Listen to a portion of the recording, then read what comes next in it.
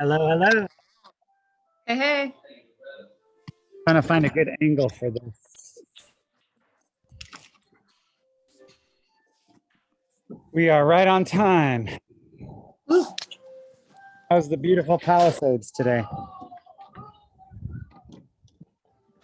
That's an ocean. Gorgeous. Looks pretty good. Sun just went down. That looks like a picture. Like that doesn't even look like it's real. It's so pretty. Yeah, I'd say well done. Whoa, a bird almost. Oh, you're in Studio City? Are you at the Studio City house? I am. Nice. I recognize that plastic on that fence. Right? It's horrible. It'll be gone soon though, so that's good. You look so fancy. Thanks. What's new and exciting?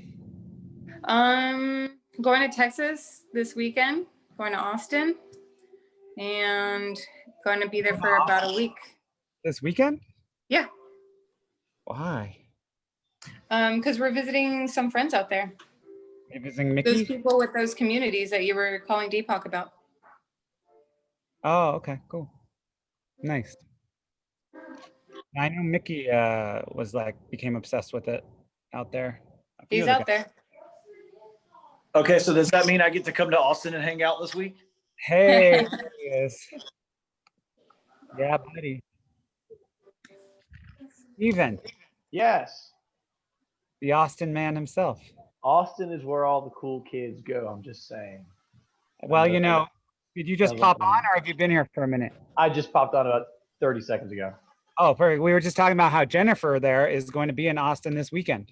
I know, I just heard that right as I was coming on. That's exciting. So what do you plan on doing when you're here?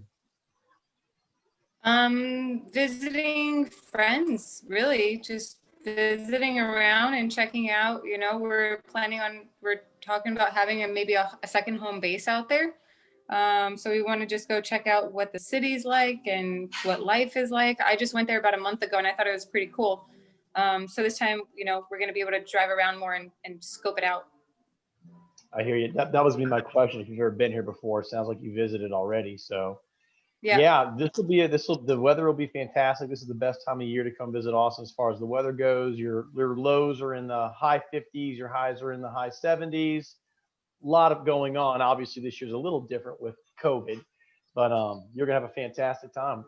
Definitely want to exchange information with you before we get off the call here if you want to meet up at some point to meet each other. Hey, Steven, how's Rainy Street right now? Like, is Tommy Want Wingy still in business? Technically, yes, but it's pretty dead as far as Rainy Street as a whole goes. You know, a lot of those craftsman style bungalow houses that they turned into taverns and those types of things do have outdoor seating, so they're able to stay open. It's just not as lively, and that's pretty much all over the place. But no, they're still hopping. They're still doing things. I mean, I've actually met several clients out there over the last 6 months, so it's still around. Things are happening.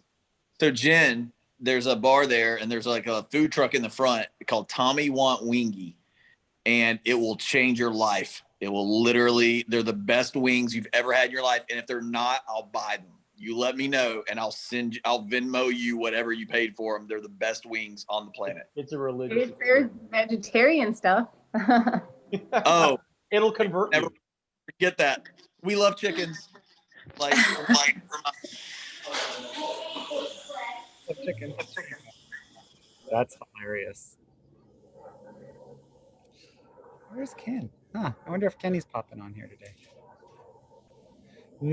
Nick, by the way, thank you for joining us. As many of you might know, Nick is awesome. I just met him in person recently, and he is an awesome guy to know. He's working on some very interesting projects, actually, one of which maybe we could talk about a little bit. I don't know if he's allowed to because it's top secret. Nick's not on projects that I don't know about. Like, what's that about, Nick? Tommy, you know about them. Okay, all right. Just making sure, because I feel like I might be a part of it. So yeah, Tommy's a part of it. Nathaniel, how you doing? Where are you right now? Man, I'm in Nashville. I have an apartment here in Nashville. This is my my spot in Nashville. So Oh, dope. I love Nashville and I love Austin, Texas. I love Rainy Street. I have like 11 friends from college that all live in Austin, so I get down there a bunch. It's a lot of fun. It's interesting. A lot of the people I work with these days, they're trying to decide between Austin and Nashville. There's a big push to both of the cities, and there's so much in common now between the two of them. So it's always interesting to talk about. I feel like the real Austin is more affordable than the real from a consistency standpoint. Nashville's like overpriced by 200% at least. And Nashville has done that a lot faster than Austin has. Austin's steadily appreciated and the prices have gone up, especially if you've been around as long as I have, 15 plus years. But it was kind of a slow growth where Nashville kind of woke up and said, we're going to be the next Austin. And then we're going to go ahead and we're going to skip first and second base, and we're just going to go straight to third and then round it all out. That's what I'm seeing, at least nationally. Yeah, it's crazy here. Hey, Nathaniel, I don't know what the agenda is tonight, but I am supposed to be showering for a dinner. So I know we were going to talk a little bit about our projects if we can, whatever. Perfect. If you want to, I don't know where Ken is, but it does look like it's recording. So I think we're good to go. If you want to give an update, what's that, Nick? I think Ken's jumping on. I was just FaceTiming him and he was finishing up his workout. And he said, I'll see you on the Zoom. So I assume he's coming on. Okay, well, it looks like it's already recording, which is usually what we're waiting for him for. So, I mean, he's late, so we can just move forwards.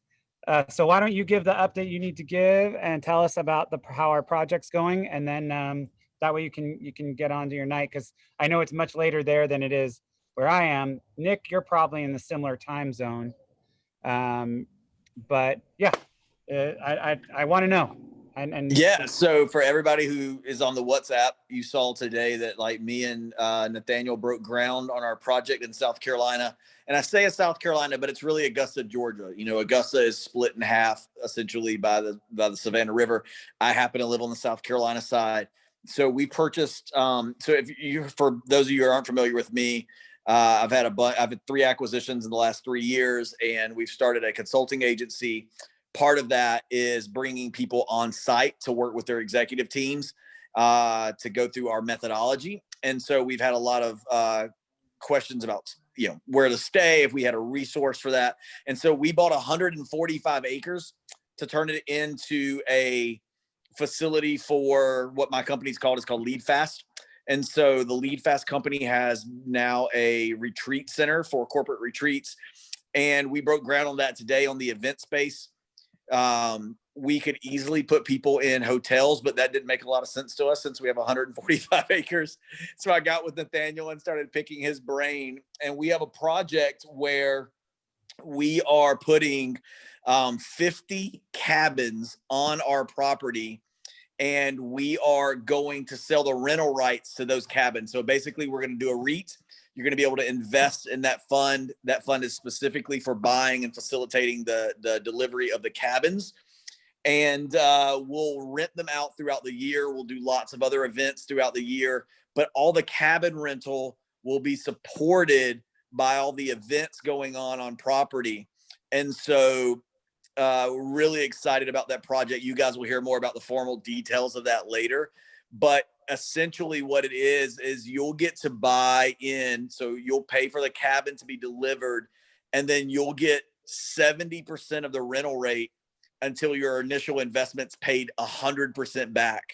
And so very little risk. We have the Masters every year in our city. It's the one major sporting event in the entire world that's in the same city every year, except for the Waste Management out in Arizona. Our city does not have the tourist trade to support enough hotels. And so about half of our entire population vacates the city and rents their houses out. And so having 50% of the city leave opens up a huge rental market that week at a premium. And so we think we can cover an entire quarter in 1 week through rental rates. It's a slam dunk, get your money back inside of 3 years, and then just get 30% of the rental in perpetuity. So you'll hear more about details about that, but we broke ground today on the event space. If you were on WhatsApp, you saw pictures of the bulldozers in. Super excited. And we'll have our first official event, Nathaniel. It's already been booked for New Year's. And Nice. so we'll have, so we've already sold an event. And so we have a 1,800 square foot cabin already on property, 2-bedroom, 1-bath cabin, and it's already been rented, and a corporation is buying out the entire property for New Year. So we're really excited. Sounds like things are starting with a bang.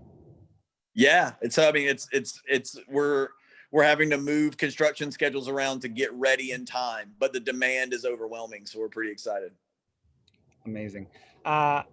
Anybody have questions about that? Because I know Tommy has to run, and I pushed him to be on here, which luckily he is. So questions, concerns, comments, compliments? Steven, I know you have a question. You have a real estate question about that, don't you? Yeah, there's always a real estate question about that.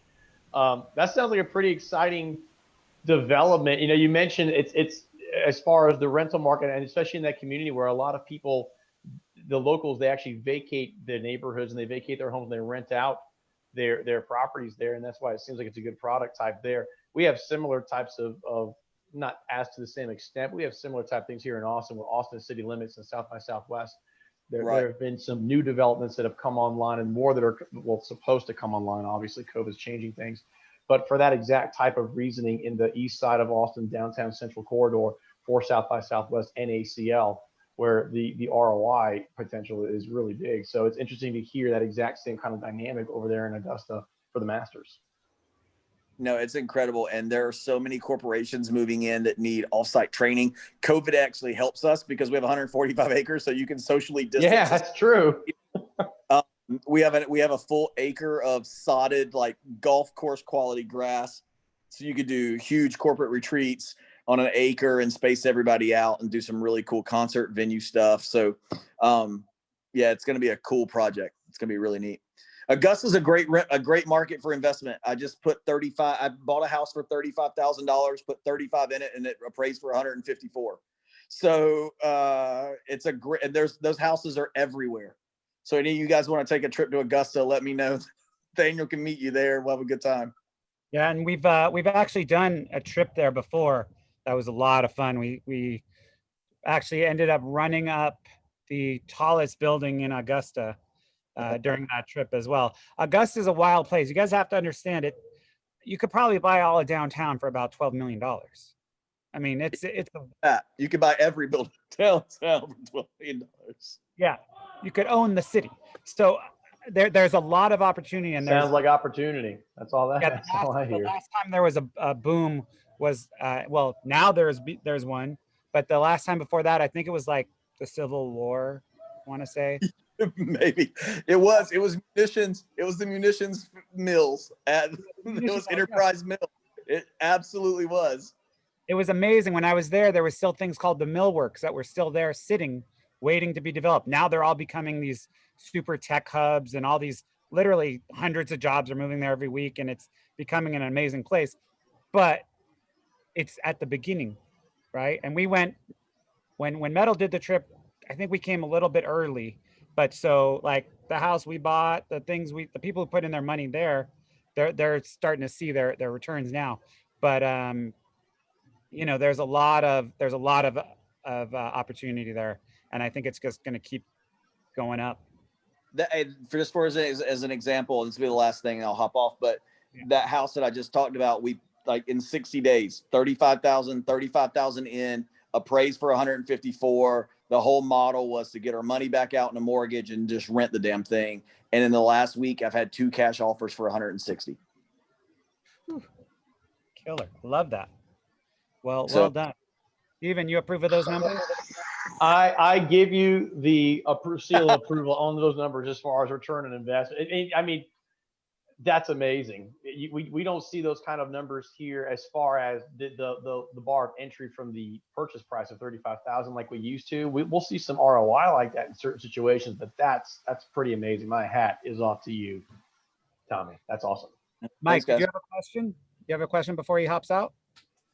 Yeah, I do. It's probably not a great signal, but Your what's the bandwidth, energy for the individual? your bandwidth is not good. I don't know if anybody else, but I don't think I can understand you at all. No. Oh, well, I'll just take my video off. I was asking, what's the exit strategy for the cabin owner?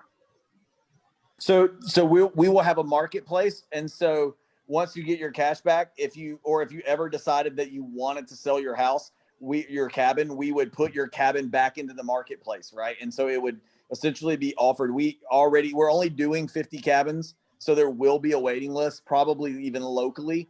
But as I talked to Nathaniel, I would love to attract more metal members to Augusta to see everything else that there is to offer. So we'll have a marketplace. And so if you wanted to exit, you got your money plus, you were in it 2 years and you felt like you got your whatever ROI out and you wanted to get out, we would just put your house back into the marketplace and sell it to someone else.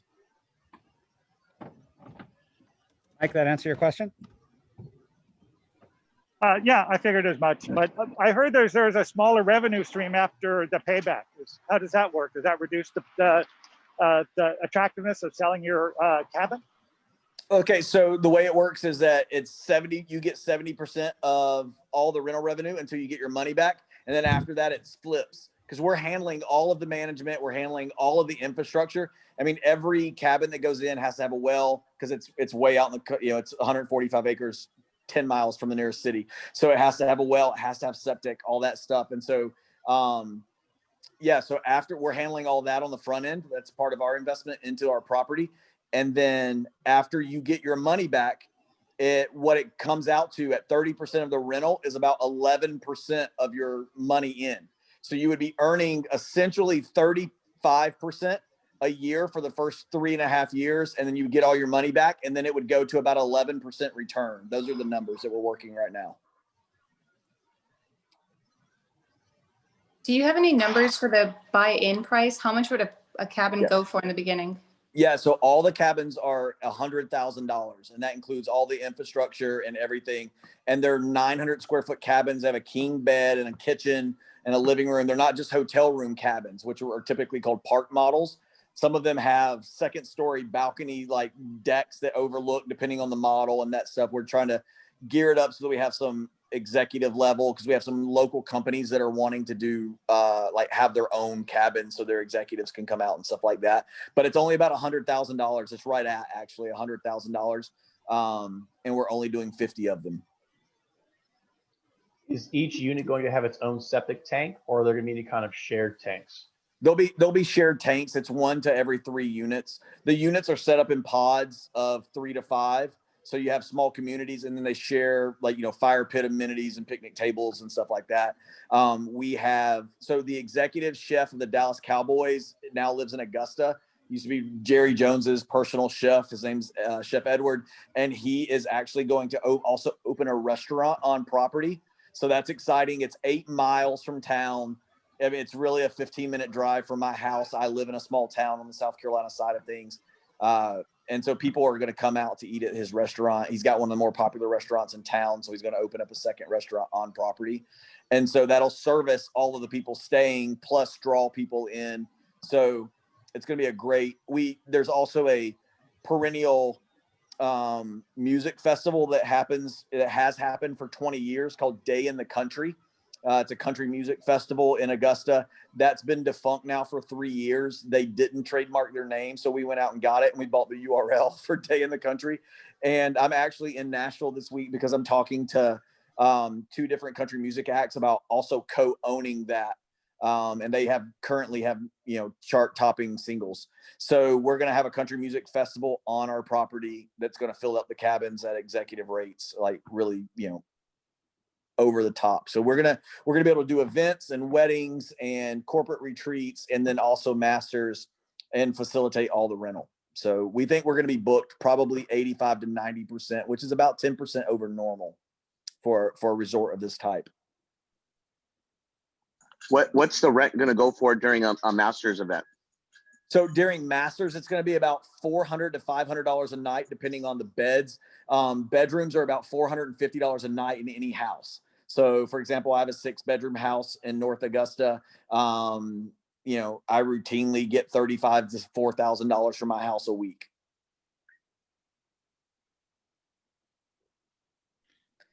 Typical normal rates during the normal season will be about $100 to $150, depending on the model. That answer your question, Darius? Yeah, he's eating. He's good. Yeah. Okay. Giving us the thumbs up. The A-OK. I'm eating lemon cake. Sorry, I just put it on mute. Sorry. It's all good. Absolutely. Any other questions, comments, or concerns for? My last question is, how do we get in touch with him to get more information? Oh, just get in touch with me and I'll connect you. Okay, Yeah, cool. So Nathaniel has all the information. This is a joint project with him. He's handling all the like real estate side of things. I'm handling all the development and creative. So we'll have a full prospectus out in a week or so with all the numbers detailing rental rates and all that stuff. And we'll have a website for you to go see the property and stuff like that. So we had photographers out there this week and drone footage being shot and all this other stuff so you can see the development. But it'll be really nice. Yeah, it's just something I wanted you guys to all have the inside scoop since this is the first mover. I wanted everybody on the show to be able to get to hear about it first.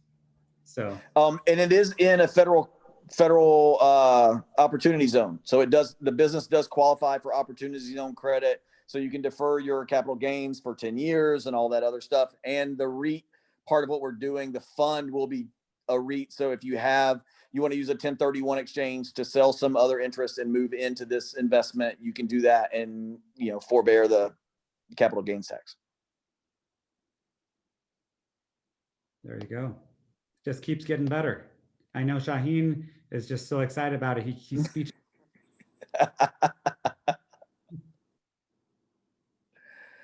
Oh my gosh. Well, thanks guys. If there's no other questions, I'm going to go get to dinner. Yeah. Thank you so much, Tommy. Appreciate it. Yeah, bud. We'll talk to you soon. Talk to you soon.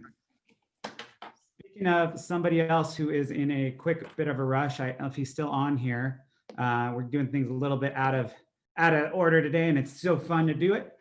So we will get to Stephen shortly about Austin, but before that, I wanted to get another perspective of Austin from our good buddy Deepak, who has a perspective of a lot of artists and that kind of community that is growing in Austin. He has a very unique touch on that. So I wanted to bring on Deepak, who can share that with us.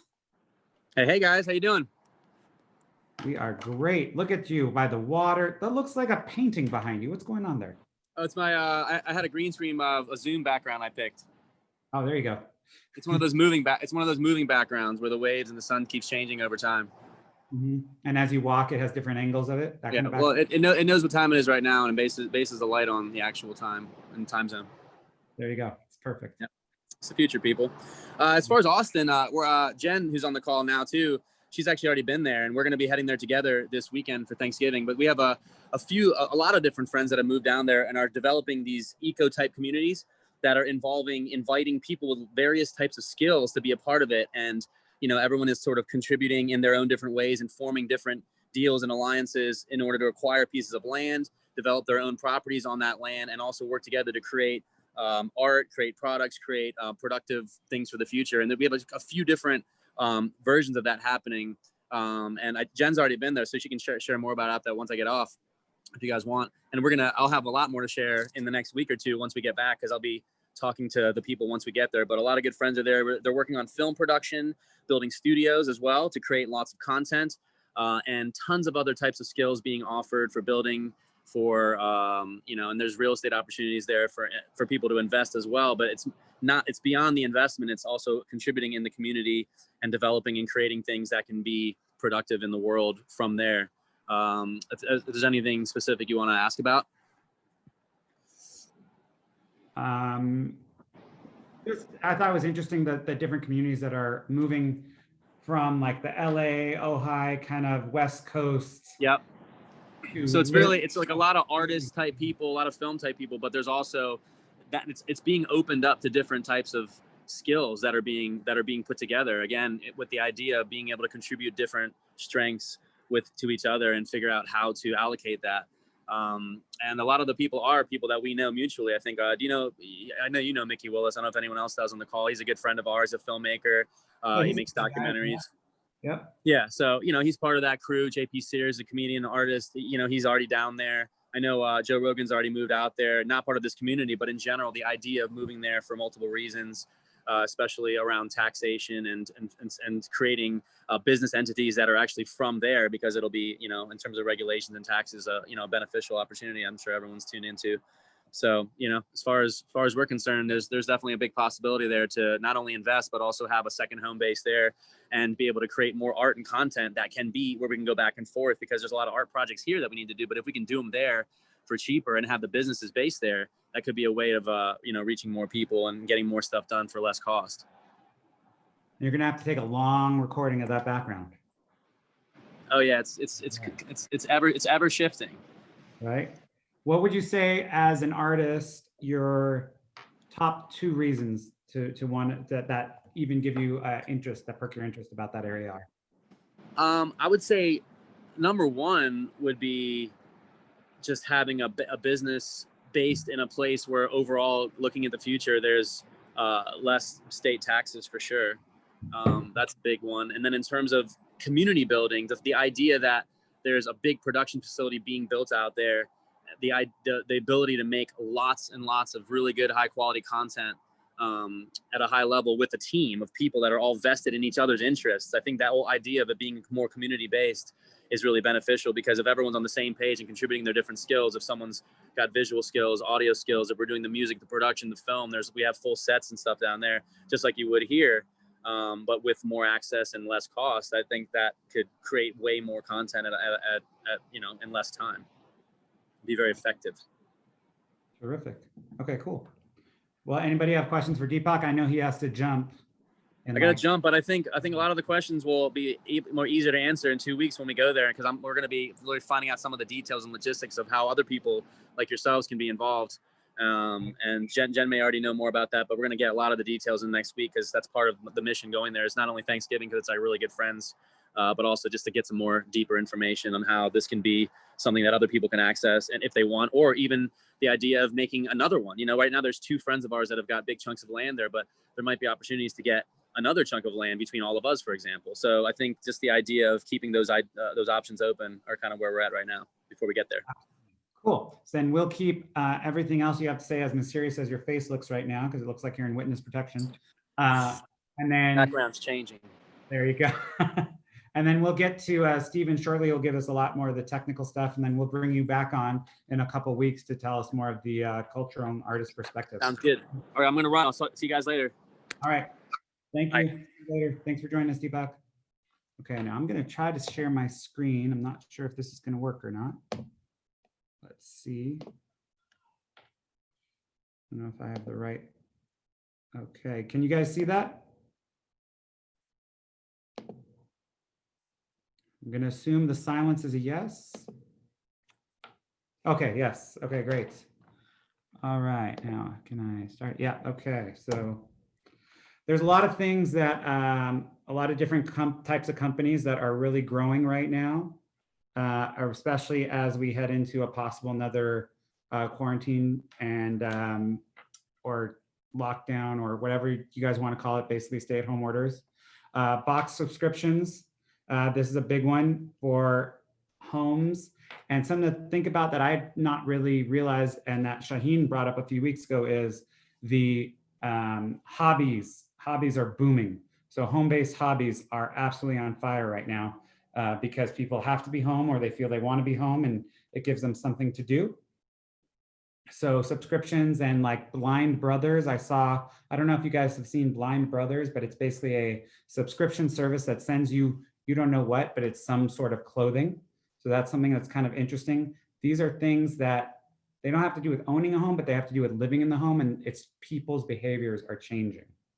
Dude, they kept sending me assless chaps, man. I wouldn't recommend that one, Nathaniel. Well, you know, Shaheen, if it had a butt, it would just be leather pants. So I think they're trying to tell you something. Jesus. Okay, good point. Good point. Sorry, carry on. No problem. But by the way, if you have anything, I know you know the hobbies that are blowing up. Like I remember you had mentioned collectible cars. That's something that collectible car parts that people are buying like crazy on Amazon. Is that right? Yeah, yeah. I mean, I think anything having to do with DIY right now is happening, right? Like bikes is a Right. crazy thing. If your bike breaks, you've got a 4-week wait time at a bike shop. So people are buying tools to do it themselves, but anything like that. Anything like that's absolutely, yeah, on fire. Interesting. So a lot of people are bicycling, right? Cleaning services, you know, I know you've been selling some of those cleaning items, but this is a cleaning service, especially more for commercial buildings that are still in use. But even people with homes, with large homes, I've seen they hire these commercial cleaning services because they feel like they just do a more thorough, complete job. I think they should just get some of your UV lamps and forget about it, but you know, that's okay. Errand services are huge. People, as they are more and more in their home, the errand services are absolutely taking off. DoorDash, Seamless is gone. That merged, I believe, with Grubhub, which we'll get to in a minute. But as these things happen, I want you guys to think about how easy is it for you to get to these services. Like a lot of people are moving. Like I talked to somebody today, they moved to the far, far, far end of Malibu, for example. Or if you're out in Augusta on 145 acres, for example, I don't think Uber Eats is coming to your door, right? So as people are moving and want this space, it's also important to think about your daily lifestyle, which is one of the reasons that people have been moving into city centers over the last 10 years. Now they're quickly moving out, but there's going to be growing pains around that. I guess copywriting, if you're a writer, you're good to go. Teletherapy, you're not going to your therapist, they're coming right into your house. So now I guess you need the couch in your house that you can lay back on. Virtual training. Have any of you been doing training at home, like with a personal trainer? I know Mike has, but I think he's out training right now. No, nobody? Okay. Metal has the Lawn Ray group 3 days a week that a lot of guys have been doing. That's right. Yeah. And I hear that's very successful. I've been talking to a lot of the guys who've been doing that with him, and they're losing massive amounts of weight. Yeah, it's great. He and the other gentleman that does it, they're both fantastic. Him and Mike Jr. There's another guy that took over for him, Skylar, on Mondays. And then another person does it the other days of the week. Oh, okay. I didn't know that. Have you done it yourself? I have. I've been doing it the last couple weeks. That's great. And it's beneficial for you, huh? It is. I wouldn't say that if you're an elite athlete, I don't think it's going to challenge you. But if you haven't done anything, and I got a little lazy in COVID, it kind of helps you get back, get moving, get stretched out, kind of get the body doing something as opposed to nothing. It's still a bit of a challenge. Absolutely. Well, I mean, it's still better than nothing, and it's one of the great advantages you get in this community. So double win there. See, now Grubhub is something that's interesting because a lot of people, when they're not leaving their house, and if you live, more than 10 minutes from a grocery store, especially if it's late at night, because now that whole 10 o'clock rule, it comes into effect, at least in LA. I think tomorrow, all the stores and restaurants have to be closed at 10 for some reason. So seeing where Grubhub is and if it services you is very important. I've read recently that they said their business has increased 3 times. So if you look at from 2010 to 2018, it went from 8.5 million to $1 billion. The biggest jump, I believe, was in 2013. I think they joined with Seamless that year. They acquired Seamless, but you could see massive gains in 2019, 1.3 billion. They're reporting 3 times increase in their business. So that's pretty interesting. But it's also important if you're moving, especially to more remote areas like a lot of people are, do they service your area? What is available? Right? You might be safer from, I don't know, riots or zombies, but maybe you can't get food. It's important to think about. So I just wanted to go through everybody real quick here who's on the call. And I want you to answer these 3 questions. What changes will another stay-at-home order, lockdown, whatever you want to call it, have for you? Have you discovered a new hobby? And where do you see the financial future for you in the next few months? Stephen, we're going to skip you for a minute because we're going to come back to you. Isaac, are you there?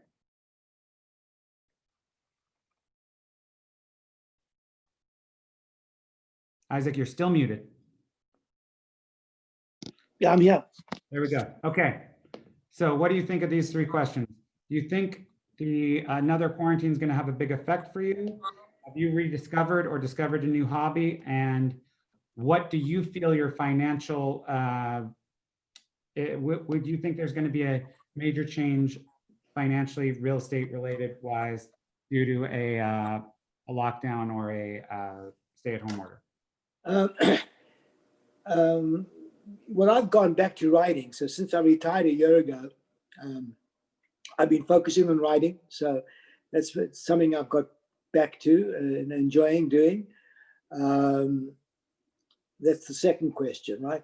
The first question was how it's going to impact us. That's right. I think it's going to impact people pretty badly. I think there's a lot of specifically. What's out for me? Look,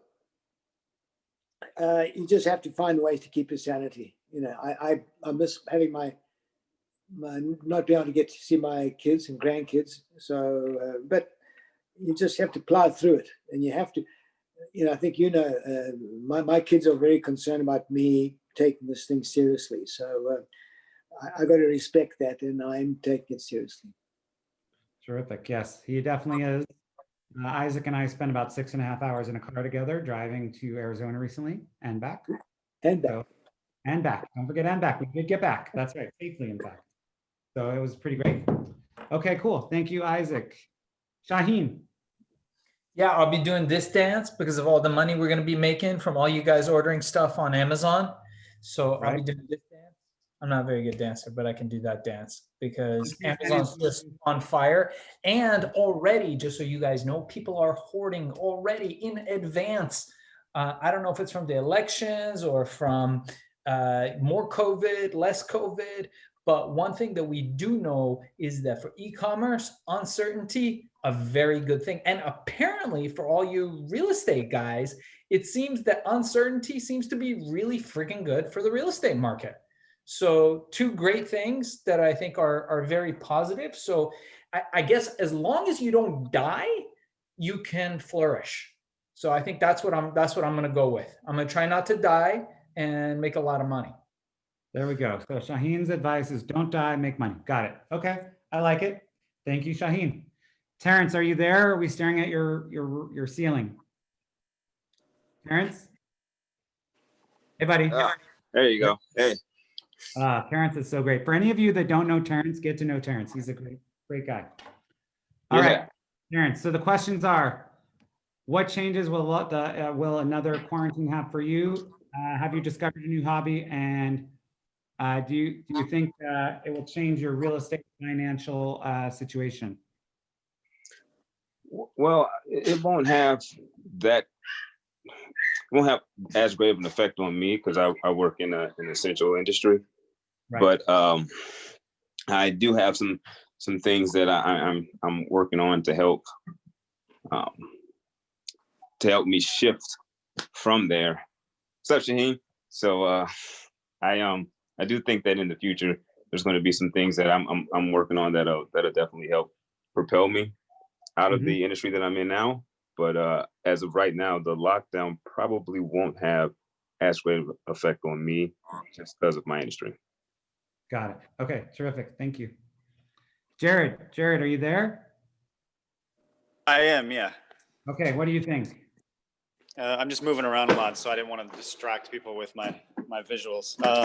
No problem. Because I work in entertainment, I literally just started getting back to work, and I shot one episode of a show 2 weeks ago, and which was great. And I started going out auditioning probably 10, 15 times a week or something. But when they started talking about a lockdown, I thought, oh crap. That means it might shut down productions again, which means that, because before the lockdown, the initial one, I was attached to 3 films, and in a week they all said, we got to shut down. We can't do this. Now, the show I worked on was for Showtime, so it was, they had a lot of money in making sure that the whole thing was really sort of on point and really tight. So in between every take, you had to put your mask on and you had to get 6 feet apart. It was just, everybody was gowned up. Everybody was like safe. So I think that they'll probably implement those same things and keep moving forward. But the idea of another lockdown for smaller productions, I think it's probably going to affect them pretty negatively. I will say this for all the metal members: if you are feeling stressed, we have a group that meets every morning at 7:30, and we do Wim Hof breathing led by Neil Cannon, and that has been absolutely phenomenal. So if you're thinking that you're feeling a little like crazy about the world, come join us and get a little peace to start your day off. Got it. Cool. Thank you for that invite, Jared. Appreciate it. Darius, do you have thoughts, concerns, or anything to add on any of these questions? Never Me? say that. Yeah. You are the Darius. Oh yeah. Okay. So no, nothing to add to it. I do think that a lockdown will definitely hurt the real estate market. Obviously we saw that it did the opposite, where it, a lot of people were purchasing first-time home buyers or things of that sort.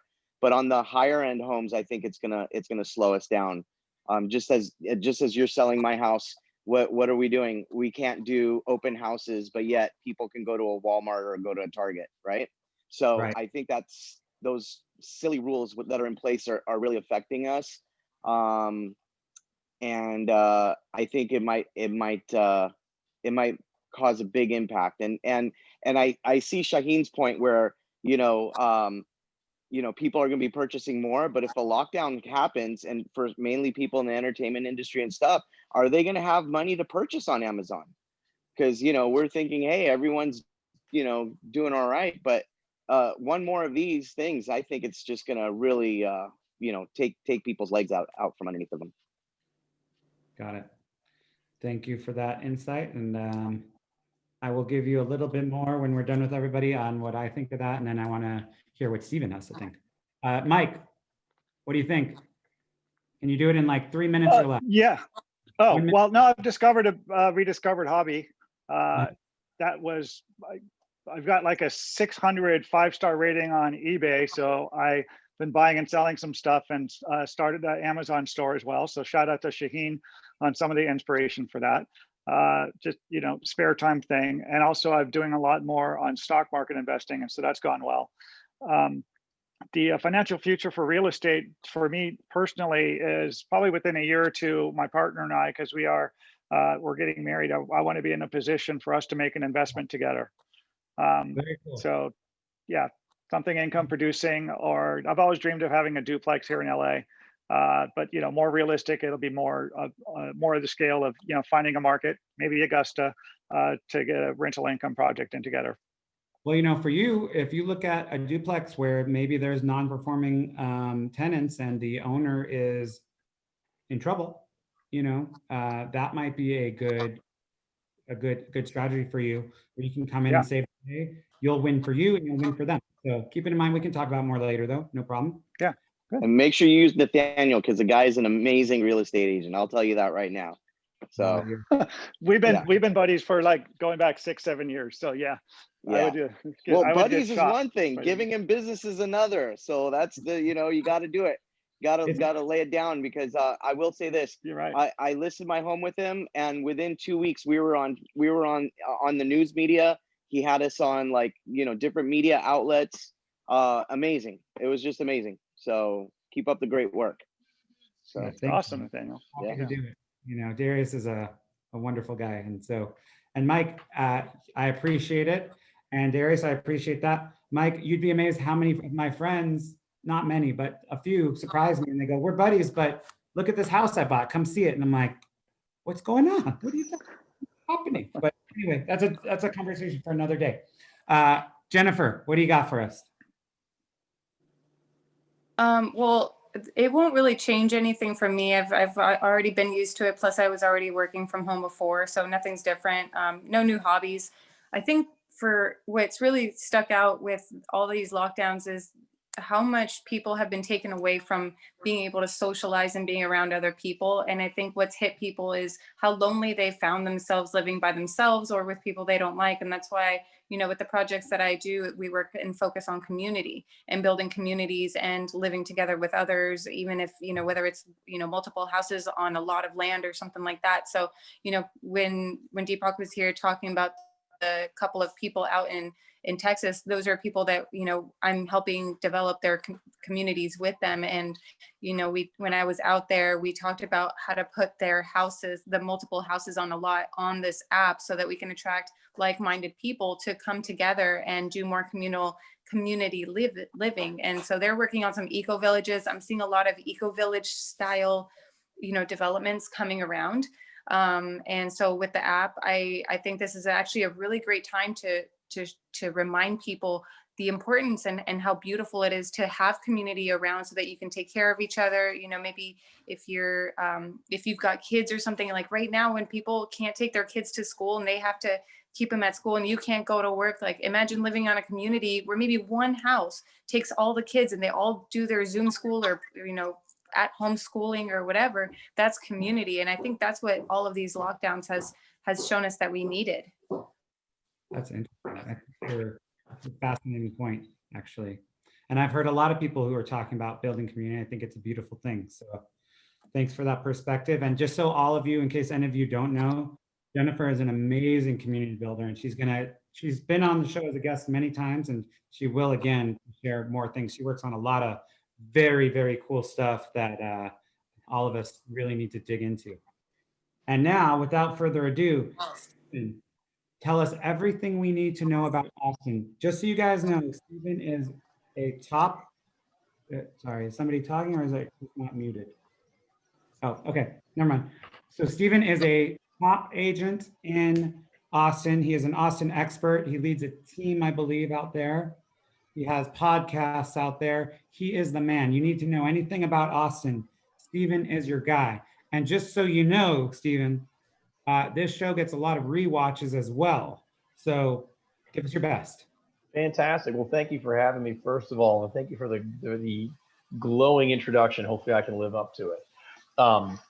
So Austin, Texas, what does everybody need to know about it? Well, the first thing I always tell people when they ask about Austin or they're thinking of moving here or purchasing property here, I always start it off with pretty much everything you hear about Austin is true.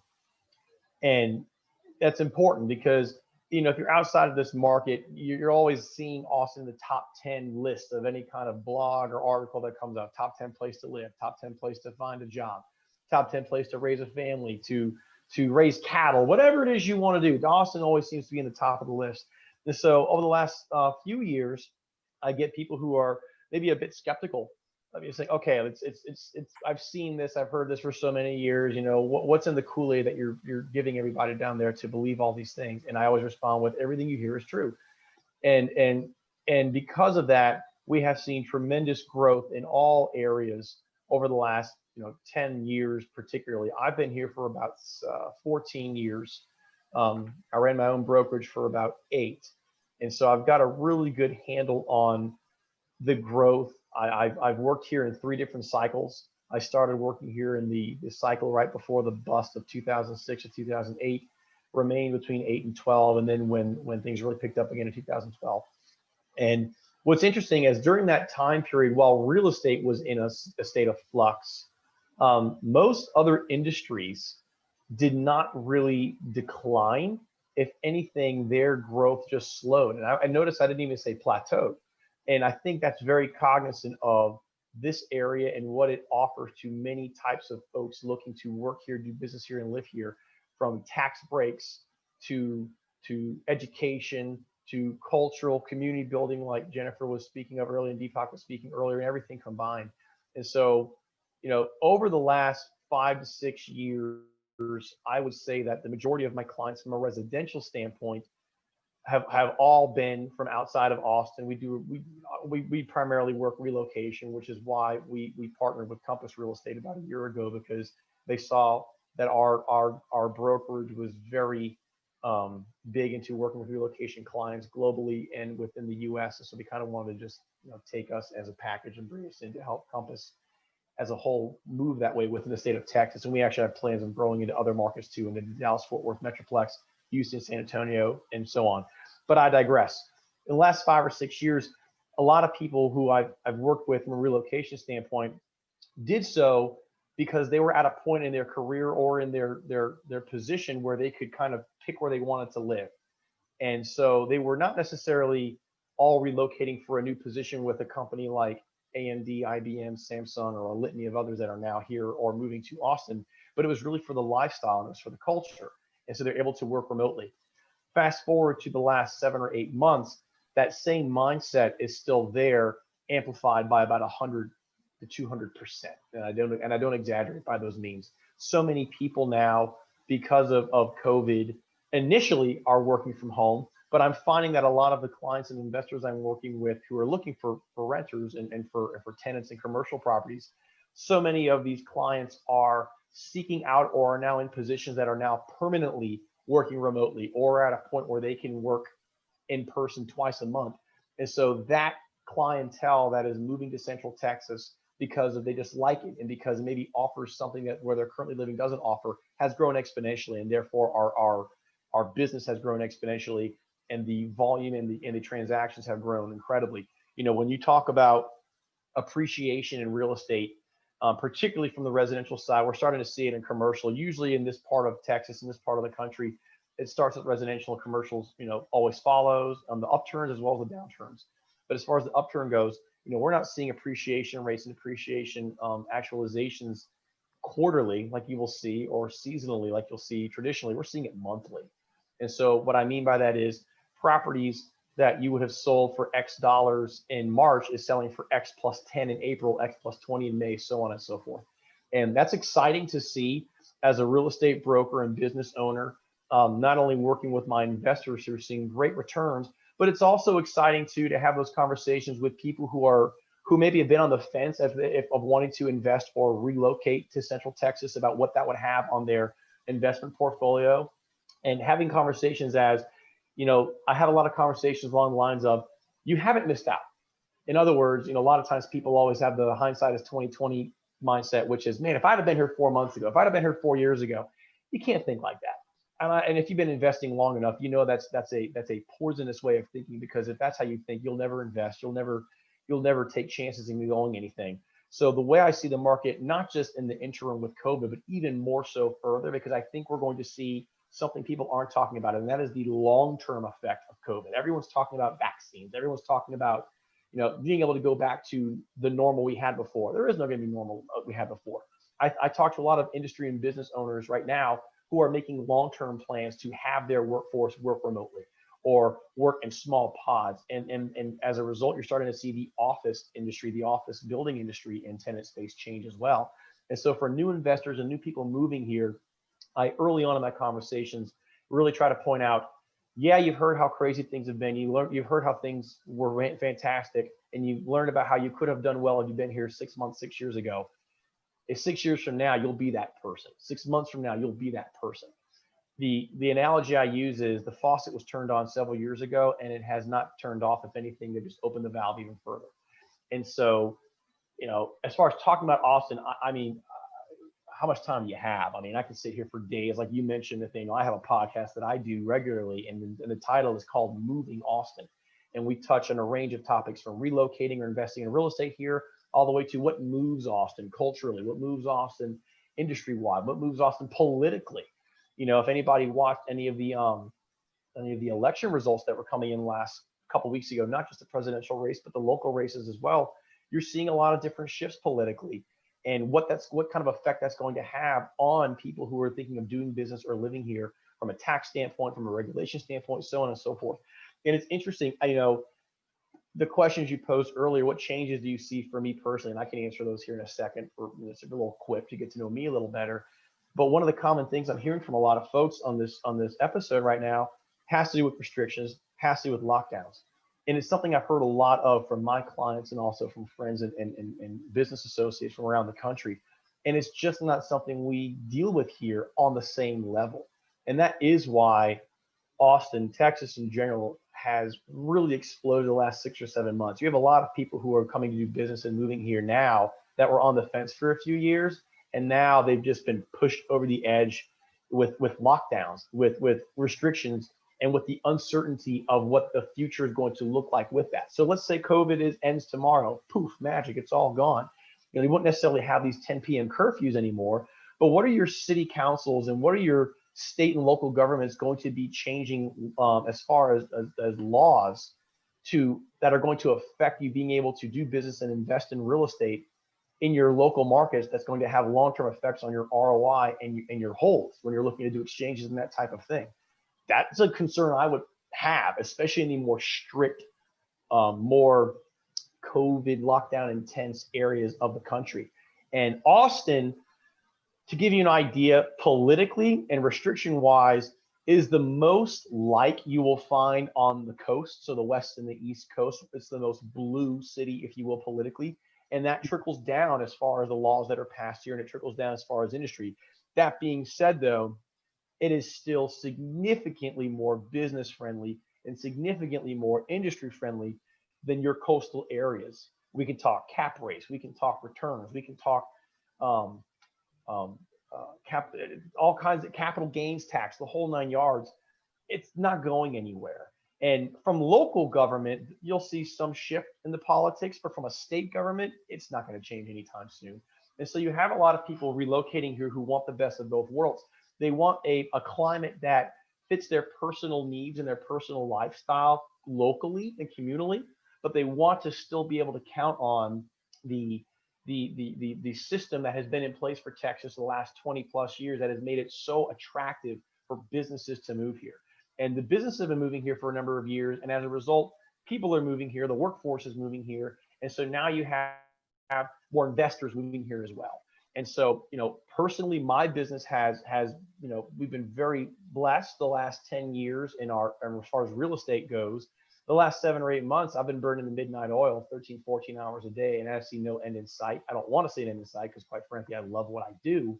But it's going to be something years from now, and I'm talking to people in seminars and giving speeches and talking to my kids, quite frankly, and grandkids that I can say I was a part of, and I got to see it work itself out. In a lot of ways, it's kind of like the Industrial Revolution 100 years ago. You talk to people who were actually working and participating in it back then, to hear them talk about it now or when they were still around. I feel like I'm going to have that exact same opportunity, and the sky is still the limit in very many ways. I made the quip earlier in the call.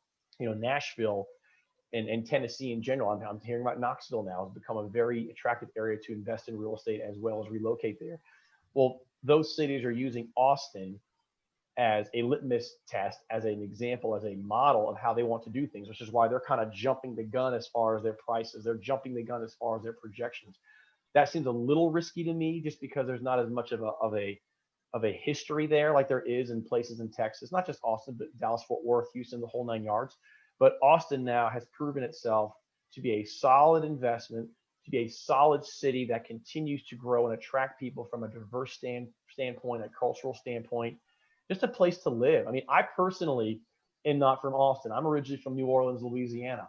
Every agent on my team has relocated here. And when I first meet somebody here, the first question I ask is, where are you from? Nobody's from here. And if you are, you're a rare bird. That's like California, same way.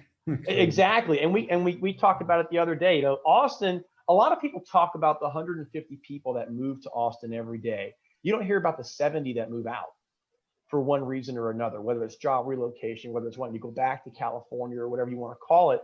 But that itself, that dynamic lends to a really robust real estate living market, real estate investing market, not just today, but in the future. And it's because of how the city is set up. I mean, initially, Austin has been a college town and a city capital. The University of Texas is responsible for a large majority of the jobs you have here, and it had been for many years. And in the early 2000s, we became the Silicon Valley of Texas in the dot-com bust and boom, which eventually turned into a bust. But since then, you've got so many other industries that have come in here and companies. You've got Samsung, Tesla just chose Austin as their next big hub, and I mean, they must have known it obviously long before they announced it, because the construction development on the site has grown exponentially. But when investors and other business owners and corporations see those types of moves and investments, they follow suit. Dallas-Fort Worth has seen that a lot over the years, and Austin is right there. But the difference between DFW and Austin is people want to live in Austin. People live in Dallas because they have to live in Dallas. And so you've got a really cool melding of business and personal enjoyment, and Austin is the perfect marriage of the two. That is very interesting. They have to live in Dallas. They get to live in Austin. Mm-hmm. Houston's the same way. You live in Houston because you have to. You live in Austin because you want to. Right. So do you think the commercial market will bounce back there, or you're not sure due to all the remote living? It will bounce back, but we're going to see a shift in the product type and what that's going to look like. And I'll explain.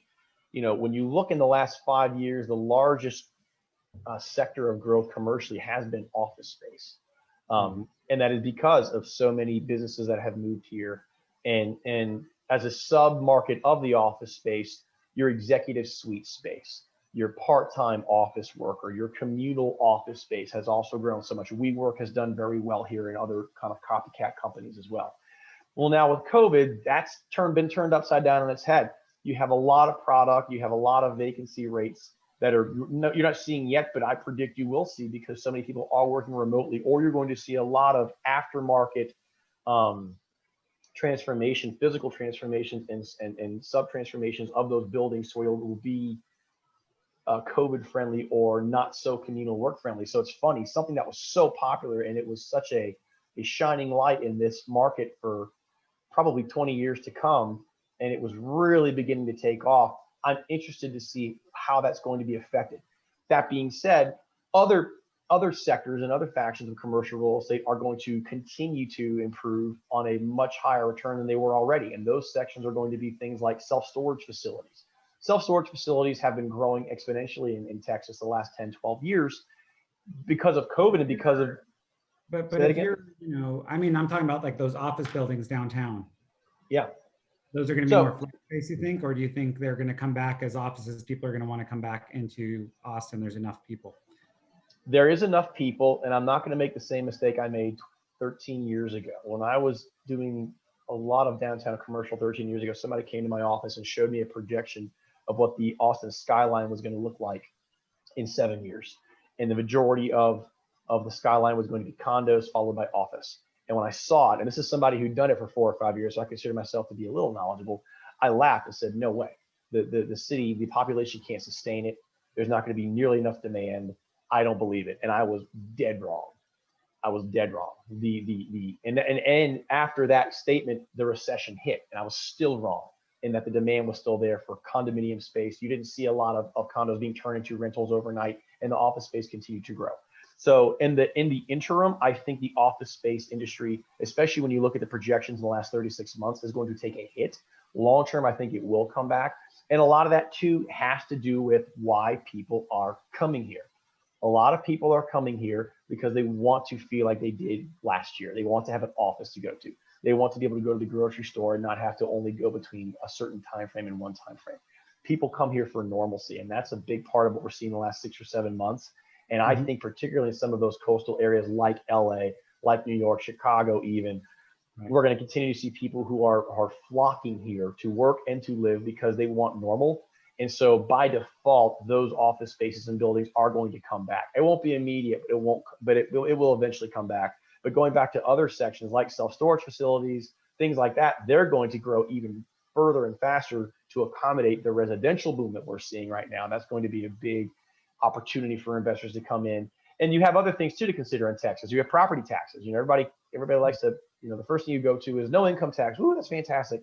And tax breaks and incentives from the state and local governments, but property taxes get you. So when you're investing, let's say in land, I think Jennifer and Deepak talked about maybe buying land and property out here. You know, if you're going to sit on land for any period of time, you want to have some kind of income producing aspect to it. In Texas, they do ag exemptions. You do things like cows. But what a lot of other people do is they'll invest in mini stores or even manufactured housing communities to get some kind of revolving income in while your land is appreciating or while you're getting it ready for what your development's going to be. Jennifer, in our last 2 minutes, do you have any questions specifically? I know you're headed out there soon, so you've been there, so maybe you know everything. I don't know.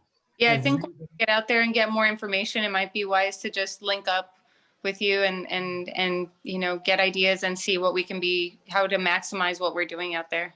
I'd love to. The brief description I've heard so far of what you guys are working on is extremely intriguing to me. I've heard it from other folks as well, and I would love to somehow be associated with that because I think that's the future here. It really is. Terrific. Okay. If anybody else has questions for Stephen, I will connect you guys offline as that is our time. Stephen, thank you so much.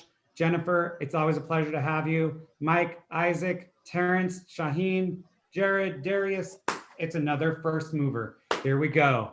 Thank you, guys. All right, thanks, guys. Thank you for having me. Nice meeting everybody. Good job. Thank you, Nathaniel. Thank you, brother. Absolutely. Oh my gosh, have I been sharing my screen this whole time? Yes, Yeah. yes, you have. You guys haven't been seeing each other?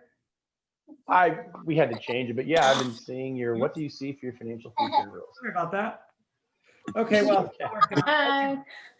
bye guys. Take care, everybody. Be safe. Thanks, everybody.